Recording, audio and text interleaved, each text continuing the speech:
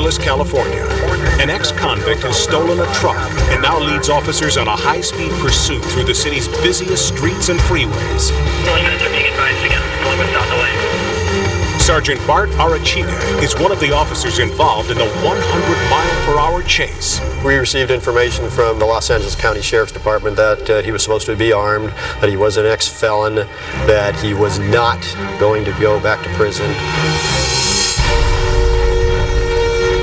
He's blowing every red light and nearly caused PCs in every one of them. He apparently told his mother that the party is armed and will shoot the police. The desperate driver threatens everything in his path as he tries to escape police. Found safe through San Pedro, almost hit 2 pedestrians. Eastbound Imperial approaching Main Street, basically blowing every intersection, every red light. The officers in pursuit must remain calm and focused. Emotionally, during the incident itself, you really don't realize what you're going through, I don't think. You're just kind of reacting to the situation. As the chase continues, the driver approaches his own home. Now, see, this is where this pursuit started, so he may be close to home. The suspect's sister has been watching the pursuit on television.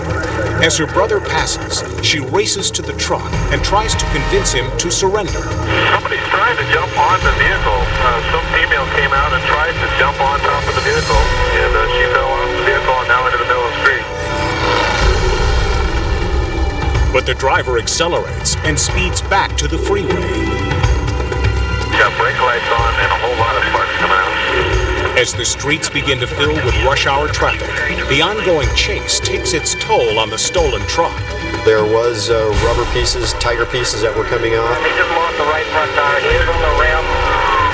Despite the damage, the suspect and officers continue to reach speeds of nearly 90 miles per hour. 57-200, we're exiting Sepulveda Boulevard North. And the sparks began to fly from underneath his vehicle. Now, you might be able to squeeze through on the shoulder, but I doubt it. Later on, after the tire came completely off, there were pieces of wheel.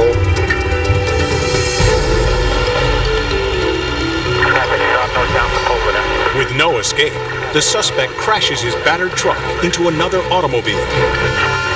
He's just seen with a blue van. He stopped on the off-ramp, driver's getting out.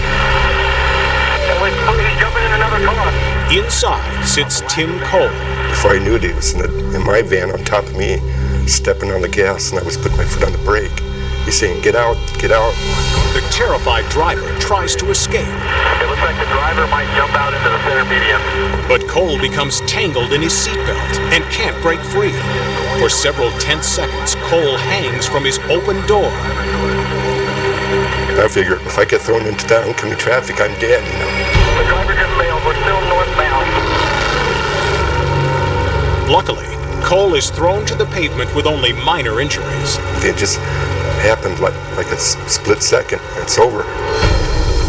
In his second stolen car, the suspect launches another chase. Yeah, he's now on the 91 freeway. It's going to back up real bad. He's got no real place to go. Despite heavy traffic, the driver becomes increasingly reckless.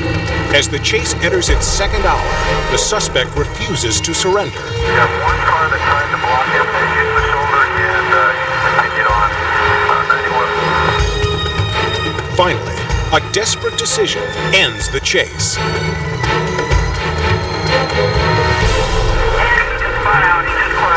When the suspect crashed into the center divider and came to a stop, he immediately jumped out of the vehicle. Driver's out. He's running northbound. Believing the suspect might be armed, officers prepare for a possible shootout. I jumped across the center divider and followed him over. He jumped on the perimeter fence, and I drew down on him and ordered him off the fence.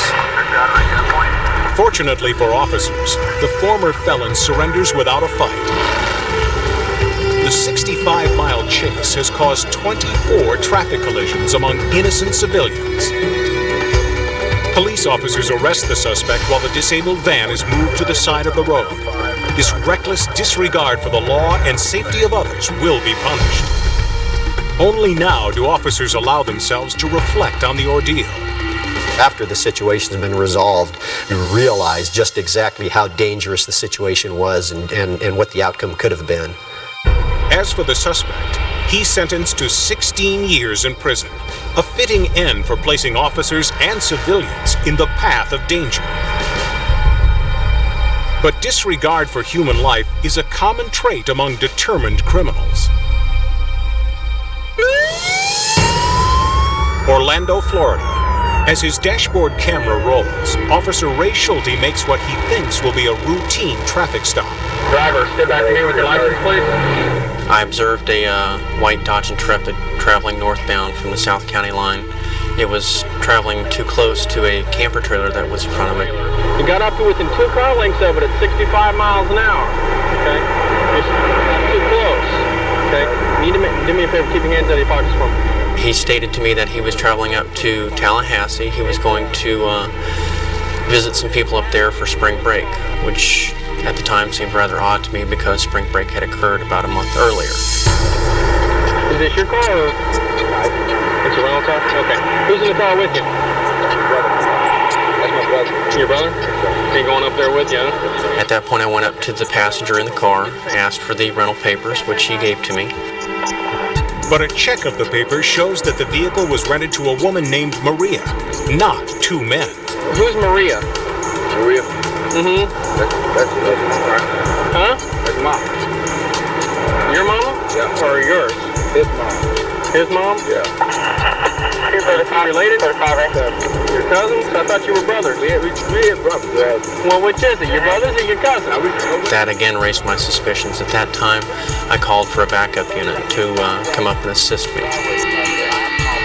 The backup unit arrives with a drug-sniffing dog. Let me explain something to you, okay? The narcotics detection dog. He's trained to look for the odor of illegal narcotics, okay? Things like cocaine, marijuana, and heroin.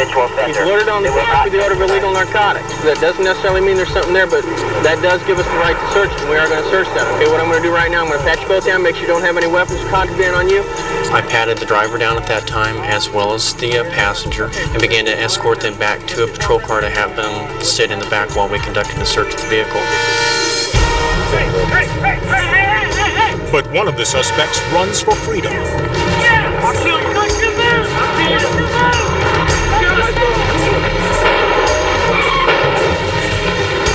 He's in front!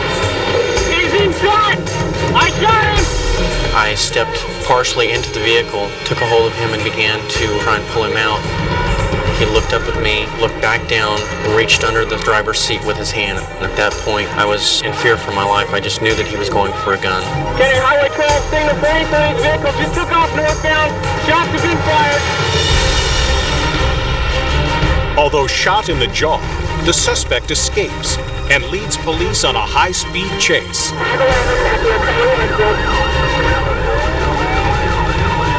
He got up to speeds well over 130 miles an hour during the course of the pursuit. As they pursue him, officers witness the suspect throwing items out his car window.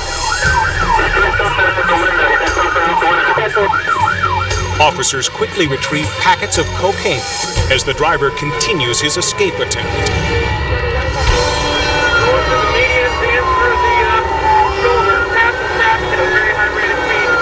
He was passing people both on the right shoulder all the way over to the grass. He was driving towards other law enforcement officers, other troopers, other deputies, and I just wanted it to end as quickly as possible before somebody got hurt or killed.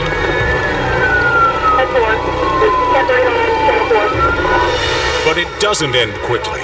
The suspect evades police for over an hour and a half, leading 30 officers through 5 different counties before making a critical error. Oh my goodness. You see the accident right there. You know? This error sends the suspect's car into a dangerous slide. That's it. The car travels more than 1,000 feet before it finally stops.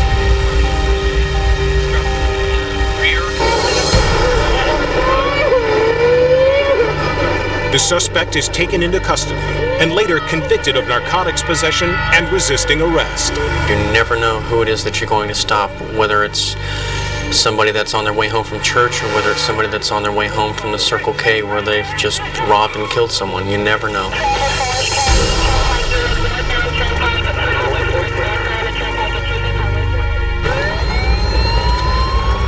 When officers are caught in the line of fire, there's no telling who or what might save their lives. 3 a.m., Walton County, Georgia. Deputy Henry Huff approaches a car that he stopped for speeding. Inside sits the suspect, a 15-year-old boy.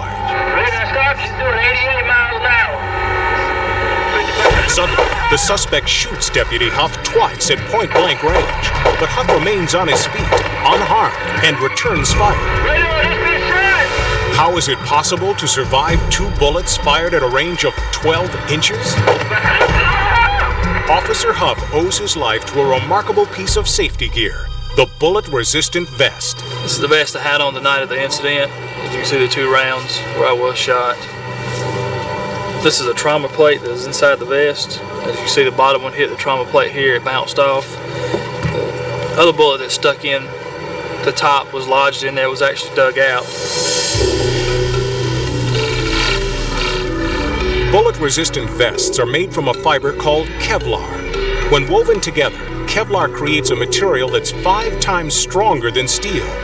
Layers of this material are then placed inside the vests that are worn by law enforcement officers. Bullet-resistant vests have saved the lives of more than 2,000 men and women in blue. I venture to say 98.5% of the instances where there have been officer-involved shootings, having the body armor out made the difference between life and death, most definitely. When a bullet hits a vest, the first few layers of the Kevlar start deforming the bullet, slowing it down, so to speak. When it reaches towards the back of the fabric, it prevents the bullet from penetrating the vest and thus going through someone's body.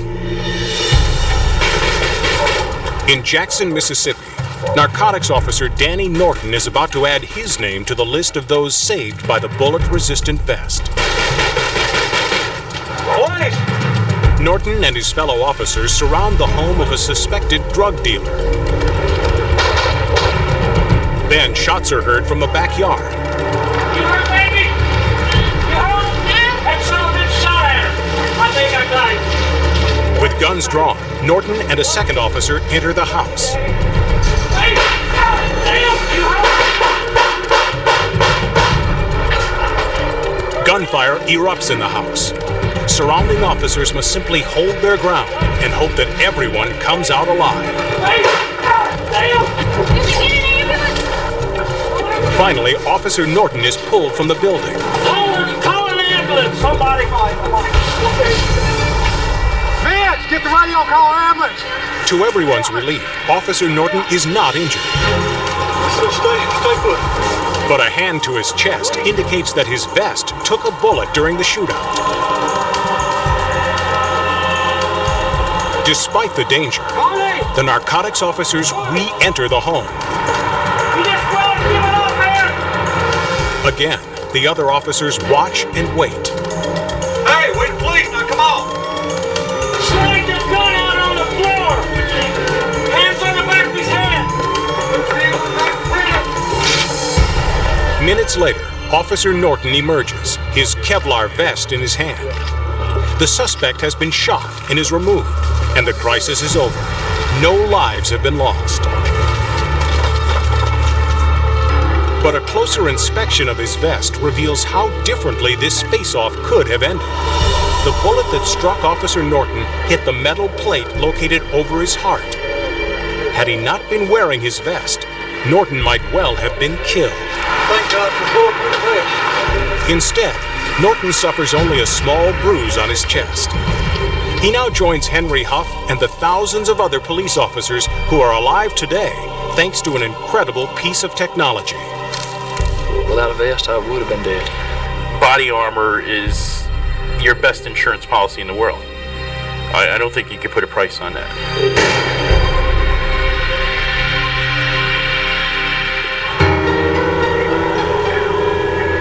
Police officers' lives depend on more than just equipment. Quick thinking and cool logic are critical. even when the suspect is someone officers know. Butte, Montana. Terry Roslin, a man with a history of mental illness, sits inside a car he's rigged with deadly explosives. His car is parked in a downtown intersection. Roslin threatens to blow up his car. Sergeant Dan Hollis, Lieutenant Bob Lee, and Sheriff Bob Butorovich are the first officers to arrive on the scene. They're also lifelong friends with the suspect.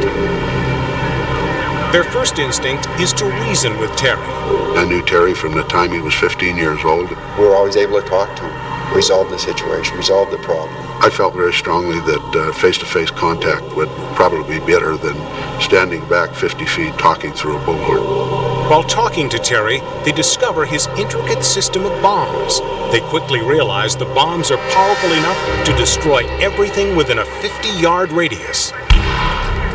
I looked in the back seat of the vehicle and saw probably 25 to 30 gallons of gasoline and the equal number of gunpowder in plastic containers. There are also 2 pipe bombs, one on the passenger seat and one under Terry. I noticed Terry sitting in the front seat, and at that time he was fooling with something in his hand that appeared to be a toggle switch. A simple flip of this switch will ignite the bombs. For more than an hour, the 3 officers plead with Terry not to go through with his threat. The longer it went on, the less comfortable we were with the situation. We knew we were losing Terry, that we were not communicating. And he was becoming someone that I was not familiar with, and that scared me. Sergeant Hollis motions the other 2 officers to the rear of the car. We had a little conversation in the back of the car there, and I says, you know, Terry is not Terry. I think he might actually do this. The officers decide to back off, but Terry has different plans. As we turned to walk away, he called us back to the vehicle. He said, "Hey, Bob, come here." And I thought at this point that he was going to give it up. Terry does the unthinkable and detonates the pipe bomb on the front seat. All I saw was just this huge explosion. And I just knew that, you know, I had lost 2 fellow officers. Sergeant Hollis runs through the flames to help Lieutenant Lee. Miraculously, Sheriff Butorovich remains standing. The next thing that I knew, I was pacing back and forth. I couldn't see out of one eye. Then, to everyone's shock and horror, Terry emerges from the burning car. There he is! Get him! Get him! Get him, Matt! When I saw Terry get out of the vehicle, he was totally engulfed in flame. His clothing was completely on fire. And I heard him saying, "Oh no, oh no, oh no." Heroically, Sheriff Butorovich rushes to save the man who just tried to kill him. Badly burned, Terry lies on the ground as flames reach the gasoline bomb in the rear of the car.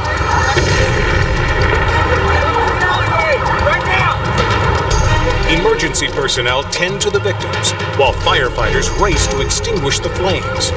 But the fire ignites the remaining pipe bomb under the driver's seat.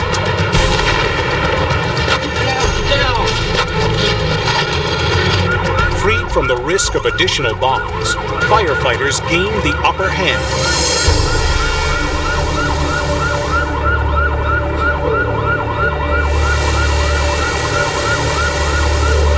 Amazingly, both Lieutenant Lee and Sergeant Butorovich receive only minor injuries from the blast.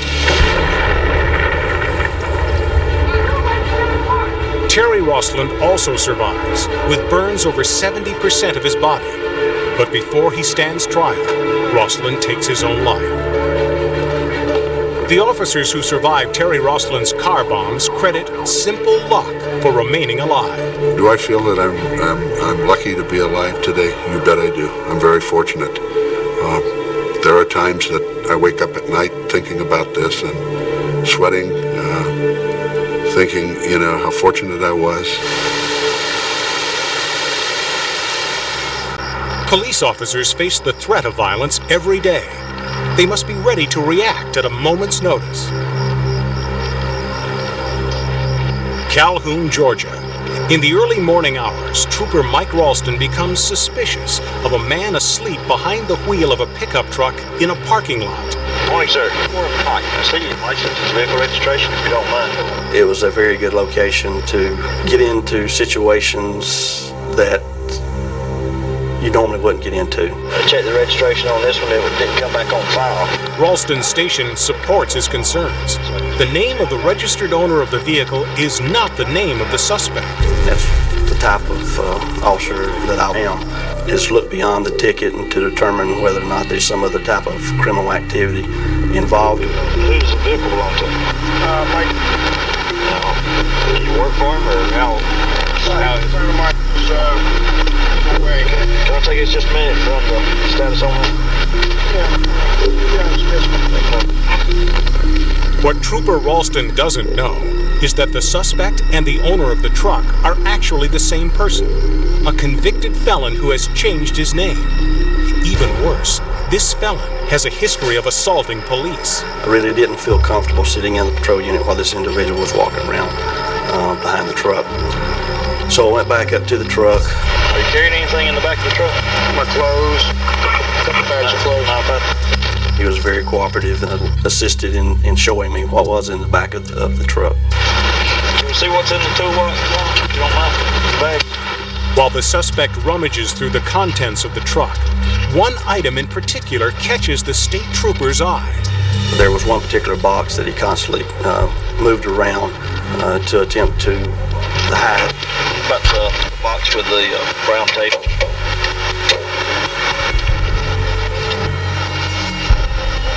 Some more parts that I carry in here. Extra filter and oil. I shook the box, made a determination. It really didn't feel like it was the items that he had advised that was in the box. Can we see it?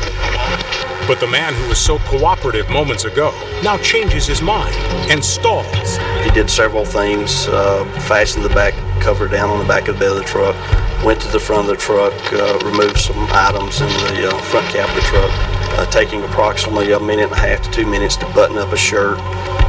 The suspect can delay no longer. He pulls a knife from his pocket as if to open the box. Then he attacks. Just out of the camera's range, the struggle continues. Okay, throw the knife down. He was still making the attack, at which time I fired one shot. I'm down. Okay, throw. The suspect is shot in the lower abdomen. Just stay right where you at. Just afraid of you. Get out here. Give me an ambulance, 1018. Man down, shot fired. My main concern was to keep him away from the truck and just have him to lie down until medical assistance could arrive. That where you at? Where is it? Sir, just lay down. Lay down! Lay down, sir! The only thing, I guess, that amazes me is the tenacity that this individual had. Stay right where you at. But the man seems unfazed by his wound, and he rips away Officer Ralston's radio mic and continues to advance. Here comes them. But Officer Ralston maintains his composure and holds the suspect at bay with a flashlight. I'll shoot you again. I will. My primary goal was to stop his attack on my person, but I didn't feel, after firing the first shot, I needed to fire a second shot. Stay right there. Officer Ralston continues to struggle with the suspect. He fears the man will grab the gun in his holster. Just stay right there, sir.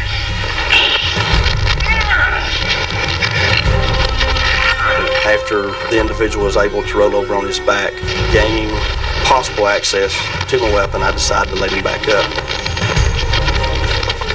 By this time, the struggle has caught the attention of an innocent bystander. Come on, buddy, help me. The civilian grabs the suspect from behind in a bear hug, causing the suspect to suddenly give up his fight. Nearly 10 minutes after the attack began, the former felon is handcuffed and taken into custody. Trooper Ralston's hunch about the box proves correct. Inside, investigators find $25,000 worth of cocaine. A lot of law enforcement arrests of this nature are being at the right time at the right place or being in the wrong place at the wrong time. The restraint of Trooper Ralston shows the right embodiment of coolness and calm in a dangerous situation. Apprehending a dangerous suspect without resorting to lethal force can be a challenge for police officers. Seattle, Washington. An explosive standoff begins when a man brandishes a samurai sword on a downtown sidewalk. A friend of the man confirms authorities' worst fears. Yeah, he knows how to use the sword. Everybody on the... Police quickly cordon off the block. Everybody on the curb! Over there! A SWAT team arrives and surrounds the man. They begin talking to the suspect, trying to persuade him to drop his weapon. Everything's about talking to people when we go to the scene. That's the first thing we want to do. Because anytime we arrive at the scene, we want a peaceful resolution. But the suspect is unresponsive. Never once did this individual talk to us. On occasion, he would shout out some things about Apollo and Satan and things like that, but we never were able to establish any sort of a conversation with him at all. Officers are now 3 hours into the standoff. Eager to avoid bloodshed, they load their guns with special bean bags that strike with the same impact as a heavyweight boxer's punch. They're designed to halt, but not harm suspects. The beanbag projectile is a target-specific, less lethal type of ammunition. It's a 2-inch square canvas bag filled with lead shot. Suddenly, the man advances toward the crowd. Unable to convince him to stop, police fire the beanbags. The suspect retreats, but he endures round after round and shows no sign of surrender. Have you ever seen anyone this resilient? I haven't. In 3 decades of police work, I haven't. As night falls, the man still refuses to relinquish his razor-sharp sword. 8 hours have passed, and police must try to disarm him another way. The man lays down to protect his face. Chemical agents, or tear gas, makes the suspect very uncomfortable. It burns his eyes, it burns his skin, and it makes it difficult for him to breathe. And in some cases, makes him lose the will to fight. But the man shakes off the tear gas with almost superhuman strength, never releasing his weapon. The SWAT team has one final option: use fire hoses to remove his sword. The jets of water pack the force of a hurricane wind. Then, in a highly orchestrated maneuver, police pin the suspect down with a ladder, pole, and riot shield.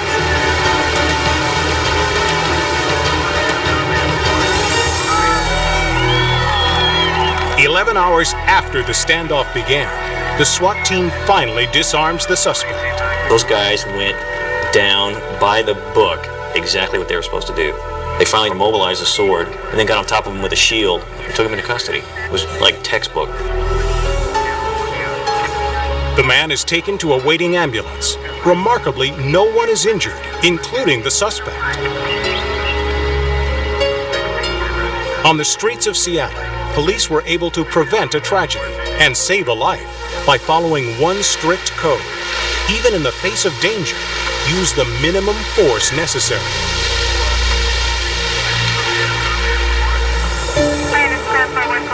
To use the minimum force necessary, officers must rely on a number of non-lethal weapons. But what do they do when non-lethal weapons don't work?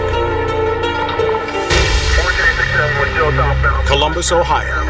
A man armed with a pistol sits in a plastic lawn chair in the middle of an intersection. Suicidal over a breakup with his girlfriend, he makes 2 demands. He wanted to have a lawyer there to make his will out for him. He wanted to have his girlfriend present so she could watch him be killed or kill himself. Officers will not honor these requests, but their options for bringing him in unharmed are limited. Surprising him was out of the question. There were such huge areas that he was in the middle of that we couldn't get to him. Police negotiate with the suspect for 2 hours. They even give him a soda to try and gain his trust. But he continues to be irrational.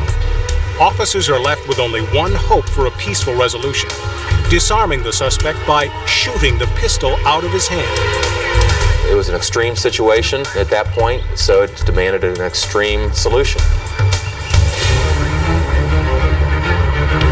3 SWAT members, including sniper Mike Plum, target the small pistol from a hill 80 yards away. I knew that if where I struck the weapon, that it would turn the weapon out from his hand. It wouldn't do any damage to his hand, and he wouldn't be injured. Finally, the order is given. The first man with a clear shot is to fire. 501 Patrol, I've authorized officers to fire to shoot the weapon if possible. Commander 4, stand by with an apprehension.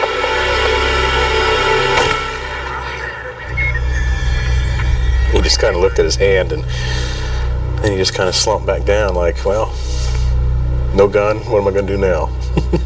Game's over. And it was. Unsure if the man has a second weapon, officers quickly place him in handcuffs. I said, we didn't want to hurt you. We wanted to get you out of here alive. And he turned up and looked up at me and he said, that was a great shot. And I said, yeah, it sure was. In an instant, the standoff is over, the gun cleanly broken into 3 pieces. But to make this incredible shot, Officer Plum relied on years of training and a special technique known as patterning. I just watched his habits of how he stood up and how he sat down and how he rested and the position of the gun that he held in a resting position. Once the man's patterns were memorized, the sniper was able to predict the exact position of the gun, allowing him to hit his target without jeopardizing the suspect.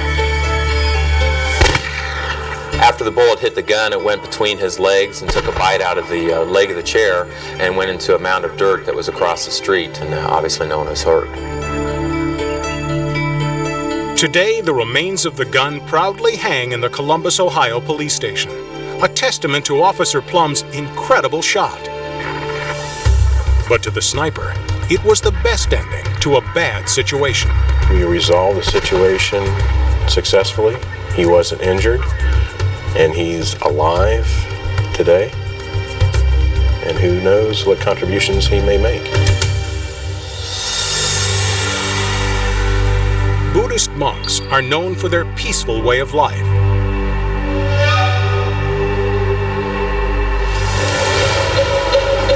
But in Seoul, Korea, a rival faction of monks vying for political power have barricaded themselves inside a monastery and threaten anyone who approaches.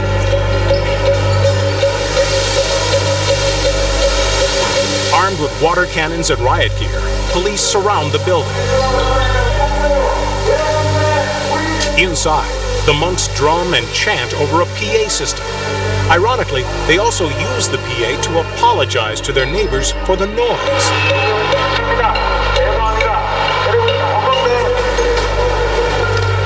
A tractor begins clearing the timbers that monks threw down to block the main entrance. The monks respond by throwing rocks and bottles.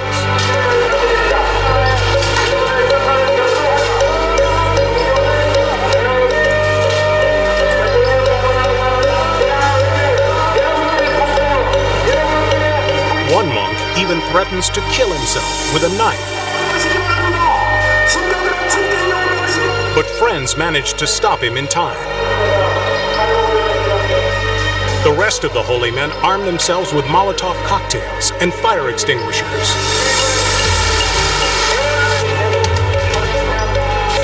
Despite their vows of non-violence, it's clear these holy men are prepared to fight. At last, police attempt to enter through the front of the monastery. Their efforts are unsuccessful. So a backhoe is brought in to smash a new entrance into the building. With access complete, riot police charge the breach.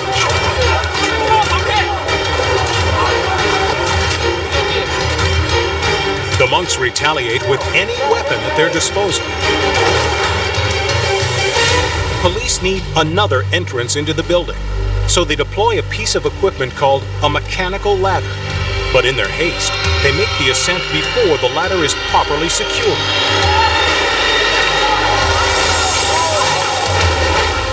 Although officers are injured, no one is killed in the fall.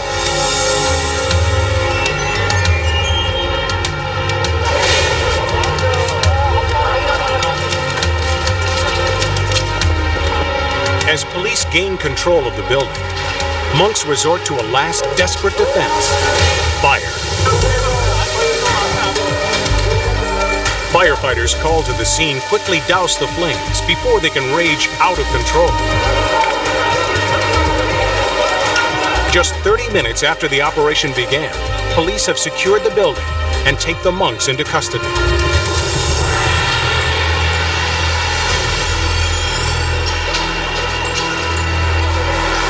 The decisive action of police prevents a mass tragedy. No one is above the law.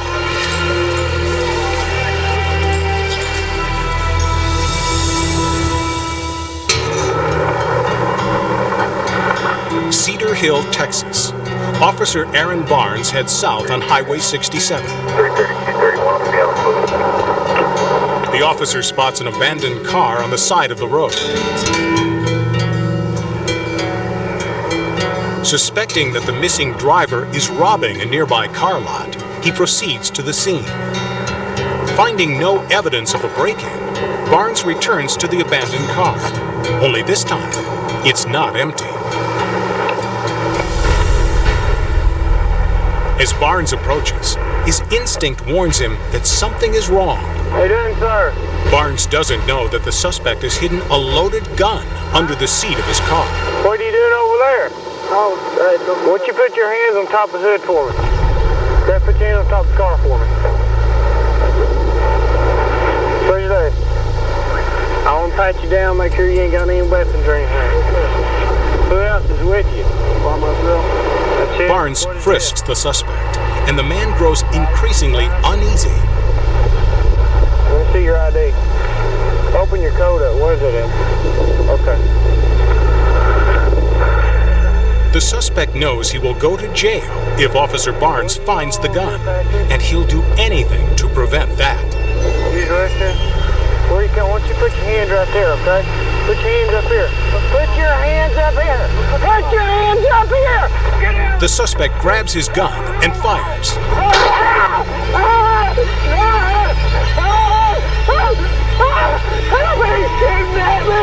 As Officer Barnes returns fire, the suspect escapes into the darkness. Help me, I think he shot me. He's in the field, running towards the car company. As Barnes and the suspect struggle, the gun fires just a fraction of an inch from the officer's head. Although Barnes thinks he's been shot, the bullet does not strike him, and he escapes uninjured. Luckily, the suspect is caught within hours.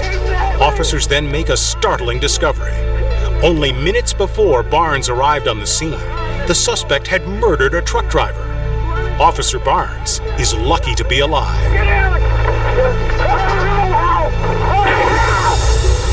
Today, the suspect is serving life in prison. Officer Barnes patrols the same streets, but the ordeal has given him a new outlook. It's changed my life. It's made me more value the time I spent with my kids and my family. You know, because as I go back and watch the tape now, as I just watch the clock, as it's ticking away as I approach the vehicle, you know, I could see, man, I could have been filming my own death. The events of that night have also given him a chance to help his fellow officers. As far as other officers, they watch it, you know, and we critique it, you know, in a manner not to criticize, but to learn. Officer Barnes's ordeal will educate fellow officers and possibly save their lives. Bangkok, Thailand. A man climbs onto a blistering hot roof with a hostage. His 3-year-old nephew. The suspect, allegedly high on methamphetamines, is oblivious to the fact that the fiberglass roof is old and weak and that he and the boy could crash through at any moment. Police on scene attempt to calm the uncle, but he threatens to drop the child if anyone attempts a rescue.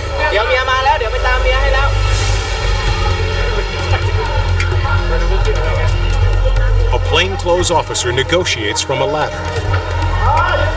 Then, another officer appears through a hole already torn in the roof.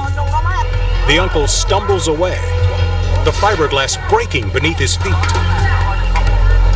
On the street below, officers watch as the suspect suddenly trips again and drops the child. Fortunately, the boy is not hurt. Finally, a negotiator persuades the reckless uncle to sit. The standoff continues this way for an hour, with the temperature on the roof exceeding 100 degrees. Police fear that the boy has become dehydrated, but the suspect still refuses to let the child go. Fearing for the boy's life, police have no choice but to act. When the man looks away, they charge.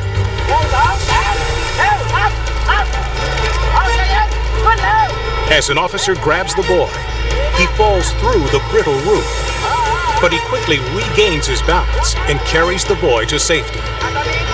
2 hours after the standoff began, police take the suspect into custody. Although frightened and crying, the child is uninjured. The uncle, however, reportedly paid the price for his reckless behavior.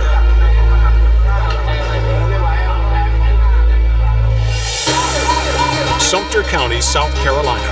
Corporal Pat Wiley embarks on a high-speed chase. You don't see the danger that's ahead or anything that you're leaving behind you until you look at this tape.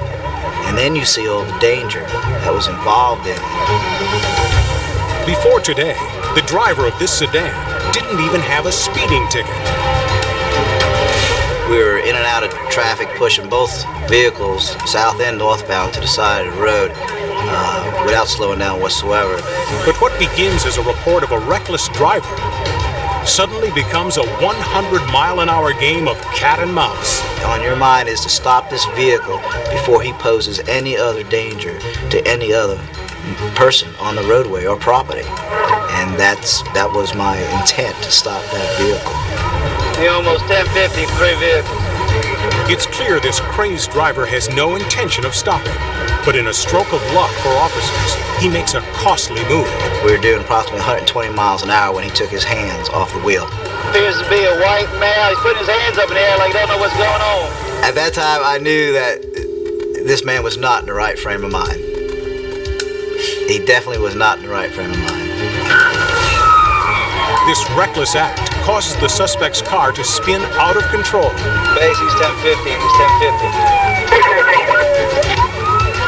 Negative base back on the road.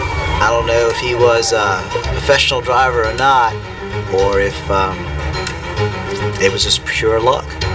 Miraculously, the driver recovers and races toward the small town of Manning, but his luck is about to run out. 124 copy, there's an advisor heading into Manning. He was headed straight down Main Street, which goes through our center of town, the courthouse and all the stores, residential areas.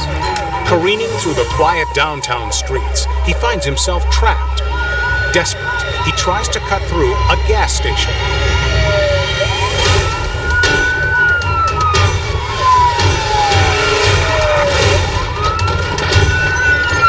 He crashed into an Exxon in the gas tank. Get out of the car! Get out of the car! The main gas line below could explode at any moment, but the driver makes no attempt to surrender. He's still inside. All the doors were locked. He was clenching the steering wheel and looking straight out the windshield, not even noticing us at all. In the background, just 50 yards from the flaming gas pumps, innocent children are rushed from a daycare center. When I looked over and saw children running from the daycare, that's when I made a decision to pull back and set up a perimeter and make sure the safety of the public was the main issue. Then, in an amazing act of courage, a sheriff's deputy braves explosions and pushes the driver off the pumps to safety. Hey, Manning. Still in the vehicle. Gas tank's on fire. I noticed that he was getting ready to take off again, and I took off around the other side of the gas station, and seeing that he was stopped, the deputy had him at gunpoint. Despite orders from the officers to exit the vehicle, the driver refuses and instead turns up the volume on his car stereo. Give me your hand. I got his hand. I got his hand. Give me help.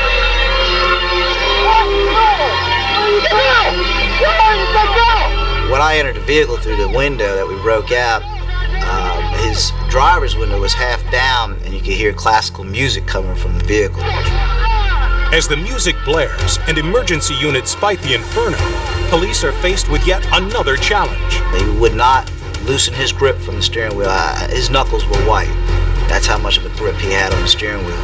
The metal on the car is so hot, it singes the officers' hands, but they're finally able to break the driver free.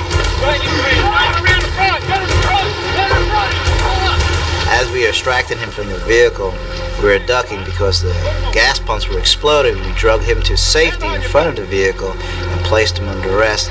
He refused to be seen by a doctor. He stated several times that God made him do this and that he would save my life along with the other officer's life if we just take off the handcuffs, in which of course I refused. Despite the driver's violent actions, no one was killed or injured during the pursuit.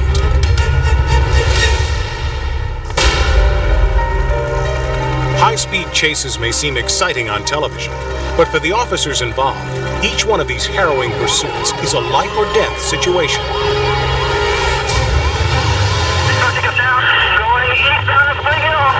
Route 17 will be responding. Spring Hill, Florida. A man, suicidal and armed with a .22 caliber handgun, is pursued by members of the Hernando County Sheriff's Department. Two separate cameras capture the action. Carry unit 51. Direction. Come by. A squad car pulls alongside his speeding vehicle. Inside, the man suddenly aims his gun at the officers. Subject is shooting. Fearing for their safety, they quickly accelerate.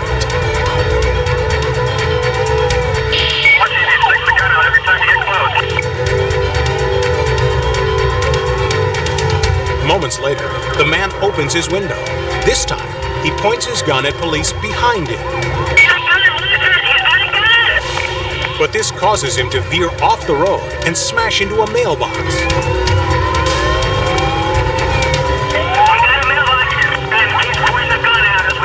Get the helicopter up ASAP. Still, the suspect refuses to surrender. Finally, as he attempts to make a right turn, he loses control of his car and hits a street sign.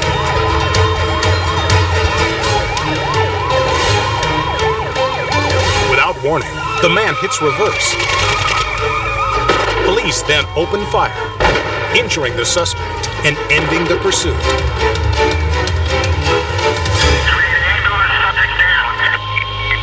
The pursuit ends so quickly, it's easy to miss the action that ended this 2-mile chase.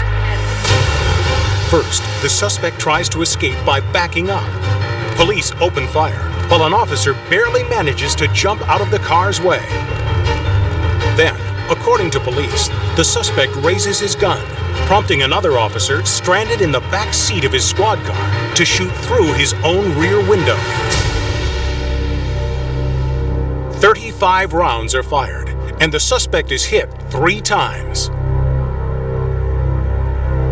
Fortunately, no officers are injured. Following the pursuit, the suspect is rushed to the hospital, where he's successfully treated for his injuries. Later, he pleads no contest to 5 counts of aggravated assault. High-speed chases are serious business. Each one involves real officers whose lives are on the line to maintain law and order.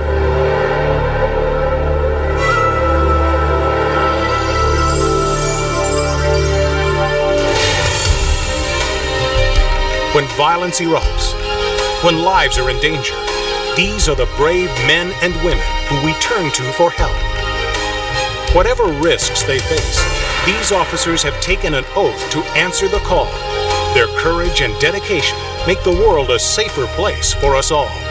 Bravery in the line of fire, sacrifice for their fellow man. Their heroism has been captured on video for everyone to witness in the world's most dangerous police videos.